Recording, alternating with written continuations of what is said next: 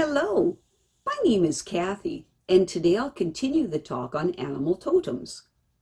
But before I do this, I wanted to let you know that because I have a great many videos now on many different topics, that I've decided to make several different video playlists so that it's easy to find the videos of greatest interest. So please check out my playlist page. Your perception of the spiritual dimension of non-ordinary reality, including your experiences with your animal totems, happens through one of four perceptual channels, or a combination of them. Most people have one or two channels that feel the most natural for them, and that they tend to rely on. However, with practice, it is possible and even desirable to learn to receive spiritual input through the other pathways as well. Whatever channel you use, spiritual information can come to you as a result of setting your intention and being receptive, or at times it may come to you unexpectedly. The four channels through which your animal totems and other spiritual guides communicate with you are clairvoyance, clairaudience, clairsentience, and claircognizance. Let's look at clairvoyance first. This is the visual channel through which you actually see spiritual beings, typically with your eyes closed, although it can happen with your eyes open too. Some people have a natural gift for this type of vision, yet there's no need to force it if you tend to access spirit through a different channel. Next, we have clairaudience.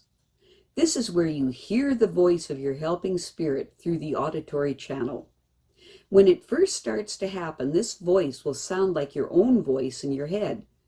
Most often you'll hear it inside your head, although sometimes it will appear to originate from an outside source. You can distinguish the messages from your ego from those of your power animal by the quality of these communications. The messages from your helping spirit will be positive and empowering, whereas your ego, particularly your inner critic, will be harsh, judgmental, and negative. The only exception is when you are in danger, in which case your guardian spirit will warn you in a loud and commanding voice, such as, "Stop the car, now." Next, we have clairsentience. This is the kinesthetic pathway where your animal totem communicates through personal sensations, emotional feelings, and aromas. You literally sense the presence of your power animal, often through a gut feeling. And lastly, there's claircognizance. When you get a communication that comes through your thoughts, this is called claircognizance. These messages are typically called insights or inspiration. A simple way of finding out what your typical first choice is to imagine your living room at home. As you do, notice your first impression. Was it an image, a sound, a feeling, or a thought? Whatever the first channel was that you used to access this memory is your primary channel for accessing spiritual communication. Another way is to imagine yourself on a tropical island where all your needs are met. Again, notice what comes up first. The blue waters and blue and white sand, the sounds of the surf, the sensation of the sun on your skin and how relaxed your body feels, or a thought such as I haven't taken a vacation like this for a long time. Notice which channels you are more apt to use. As you are discovering your animal totem and developing your relationship with it, keep in mind which channels you rely on. It's also important that you don't try too hard to connect through any particular pathway. This is where the dream time method comes in very handy. Putting a lot of effort into accessing the spiritual dimension usually inhibits or interferes with the perception of spirit, no matter what channels you're using. Remember, it takes a receptive and relaxed focus for you to experience the messages and guidance of your animal totems.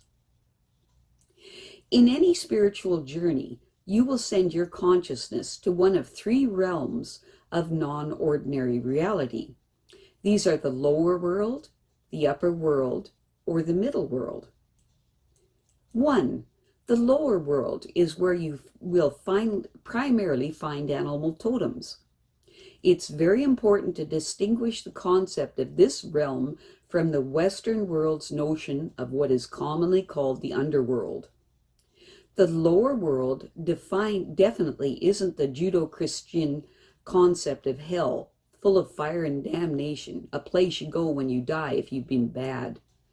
Instead, it's a magical and wondrous place, and much of it looks like the natural world of ordinary reality.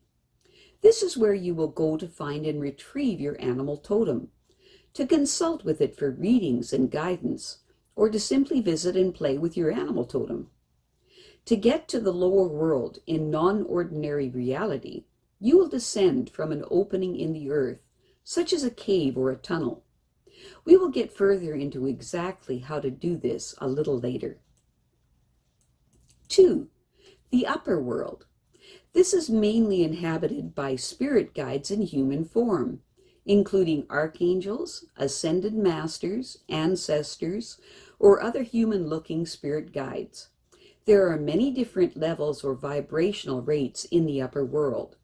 When you journey into the upper world, you will travel there via something that reaches upward, such as a rainbow, a tree, a portal, or a whirlwind, to name just a few examples. 3. The middle world.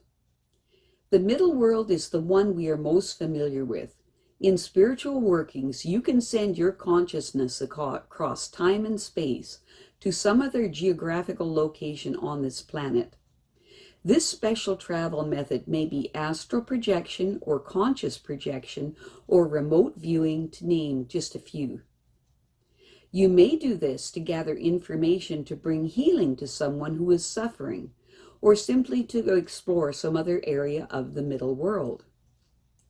For the purposes of contacting your animal totems, we won't be working with the upper or the middle world, as we will be focusing on the lower world where your animal totems exist.